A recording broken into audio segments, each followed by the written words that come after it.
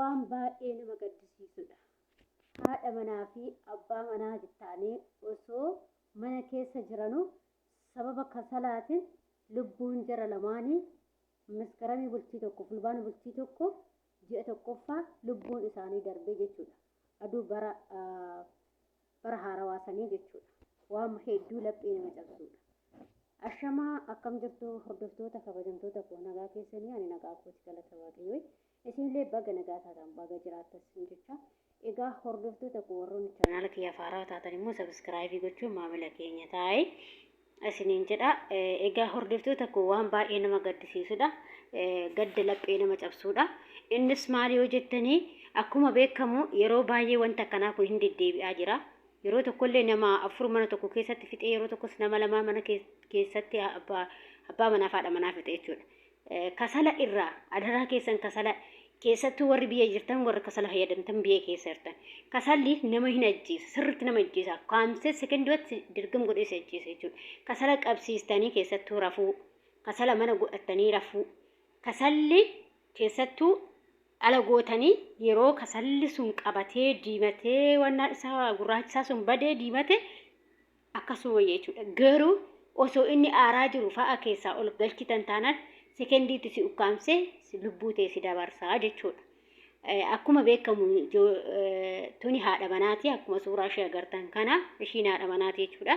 Abbaa manaa fi haadha manaatiin jiru.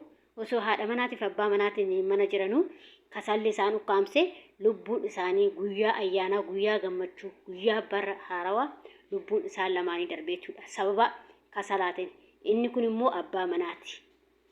Abbaa manaa fi haadha manaa osoo ta'anii jiranii jechuudha.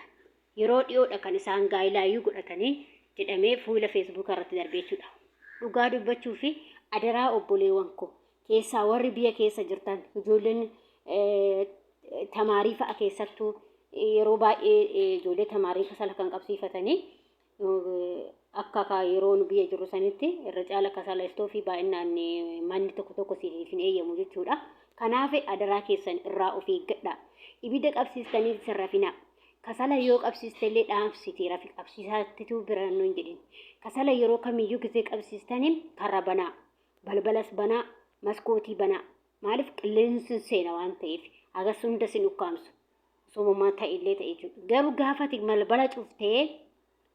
balbala cuftee jechuudha.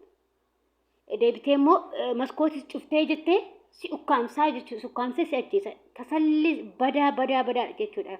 Aara kobotaa wayya aarri kobotaa homaa nama hin godhu.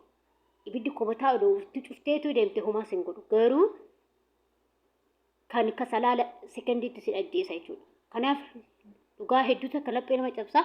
Jarri kun guyyaa ayyaanatti haadha manaa fi abbaa manaa ta'anii lubbuun isaanii darbee jechuudha. Kanaaf irraa of eeggadhaa. Adaraa keessan obboloota koo. Waaqayyo namaa eegu waanuma xiqqootu sababa namatti ta'ee lubbuu namaa tana dabarsa dhugaa rabbi. Waanuma xiqqishu yaa rabbi nagaan nu oolchite nagaan nu bulchi jechuun nutti guddaa nutti fakkaata dhugaa rabbi. Innaa kanaaf obboleewwan koo waaqayyoon bakka jirtanitti sinaasisuu waaqayyo immoo balaa kanaatis irraa haa qabu. Waan baay'ee nama gaddisiisuu laphee nama cabsaadha. Fira keessan maatii keessan irraa hin gahini.